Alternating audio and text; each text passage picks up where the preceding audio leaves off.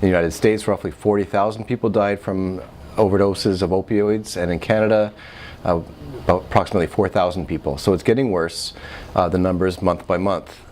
So that is the crisis in a nutshell.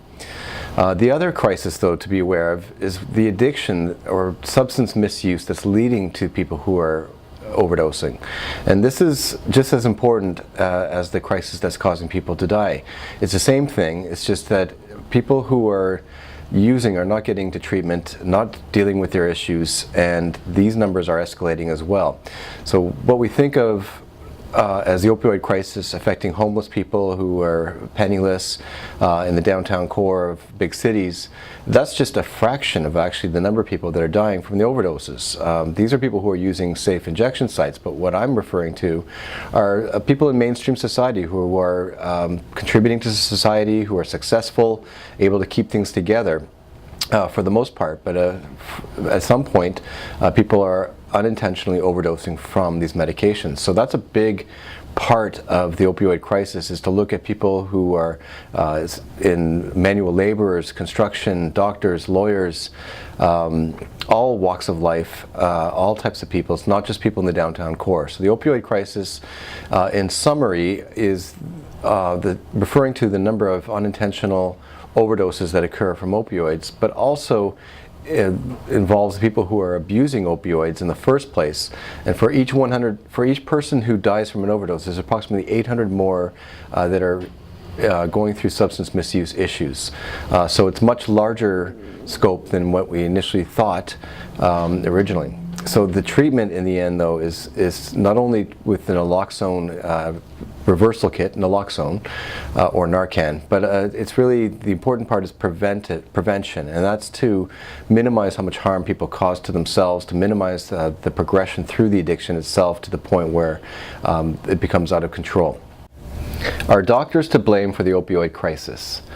I would say that they are partly to blame. The crisis is much bigger than patients who are on chronic pain medications. There's many people out there who are abusing opioids who were never prescribed it in the first place. These are people who are abusing it to treat their own pain, but also, I think, as a former drug user myself, an opioid user, that I was medicating my emotional pain. There's a lot of stress out there, and poor functioning in stressful environments, and we tend to rely as a society in general on a quick fix, and the opioids did that for me as well.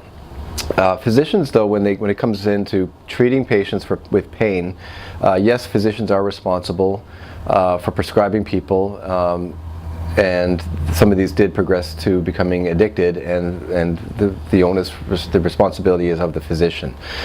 This needs to be kept in mind with the history of this, though.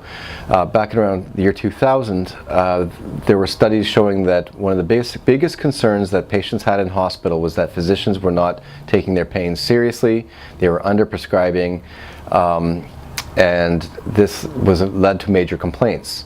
Now in the United States, where quality metrics are measured for each physician, this is where patients are given questionnaires about the physician. A lot of physicians did not want to be docked on points here by upsetting patients by not giving them what they wanted with these prescriptions. So this is also some blame here, is on the hospitals themselves and these metrics, forcing doctors into a customer service mentality. And that's not good when it comes to healthcare provider. They had it right before all of this. Physicians had it right, that they knew that there's a balance of who should be prescribed, who shouldn't, who's prone, who's got a history of mental illness and previous addiction issues. These are the things that are now being brought to the forefront. So the history plays a part where doctors were apparently under-treating pain back in the year 2000, and the pendulum swung in the direction of overprescribing, and this is what set the groundwork for the current opioid crisis for people who were treated with chronic pain by their physician on opioids. I think a lot of physicians did not realize as well of the high degree, the high potential for developing an addiction, and this is where the pharmaceutical industry plays into this situation, because they too had a responsibility to let physicians know how truly addictive the opioids were. The opioids I'm speaking of here are the ones that were commonly prescribed, things like Vicodin, Percocet, and OxyContin. So it's a complicated story. And I just want to summarize that physicians are partly responsible, but there's also a large population of people out there who are abusing that had no contact with a physician whatsoever, that are relying on opioids as a way of, at first probably partying, but then these drugs are so insidious and so addictive and so strong that they soon become addicted to them and go through withdrawal if they don't take it. And so this perpetuates the cycle. It's very dangerous with the opioids.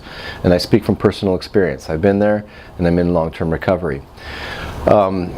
And so to summarize, that before I summarize actually, the mentality's changed now where physicians are trying their best to follow guidelines where there's an amount per day, a goal of 90 milliequivalents of morphine per day per patient. That would be the goal, and the physician should try to wean the patient down if possible. But this is a two-way street, and if the patient is going through a difficult time and not coping, then it needs to be documented by the physician, but clearly laid out that this person is not amenable to a rapid wean, but perhaps they would be open to it. So physicians are trying to improve the situation by not relying on opioids as first-line therapy, and if they are giving opioids, to give it preferably for a duration of 1 week.